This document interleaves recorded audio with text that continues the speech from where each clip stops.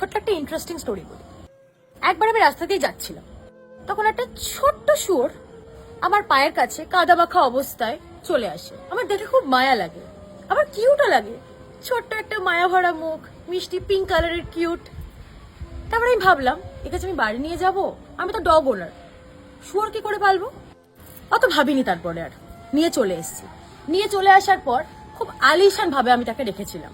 পেট সব থেকে ভালো ভালো খাবার এনেছি, একটা নরম গদিওয়ালা একটা ছোট্ট বিছানা করে দিয়েছি যেখানে থাকতো, সুন্দর ট্রিট করেছি, স্নান করিয়েছি, একদম মিষ্টি করে রেখেছি তাকে। কিন্তু যত ডে বাই ডে যাচ্ছে দেখছি তার মুখটা না উদাসী রয়েছে, কিছুতেই আমি তাকে হ্যাপি করতে পারছি না। আমি যাই করছি ওই বাচ্চা শুয়োরটাকে আমি কিছুতেই হ্যাপি রাখতে পারছিলাম না। আমার খুব টেনশন হয়।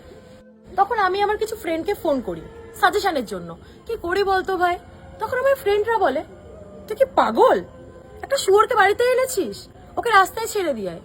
খারাপ লাগলো, বুকে পাথর চাপা দিয়ে আমি বাচ্চা শুয়োরটাকে রাস্তায় ছেড়ে দিয়ে এলাম।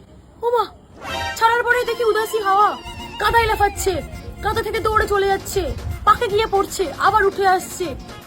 আমি তখন রিয়েলাইজ করলাম, শুয়োরের বাচ্চাকে না কাদাতেই ভালো লাগে, বাড়িতে না। আর এই গল্পটা কোনো বাচ্চা শুয়োরকে নিয়েছিল না, কিছু শুয়োরের বাচ্চাকে নিয়েছিল।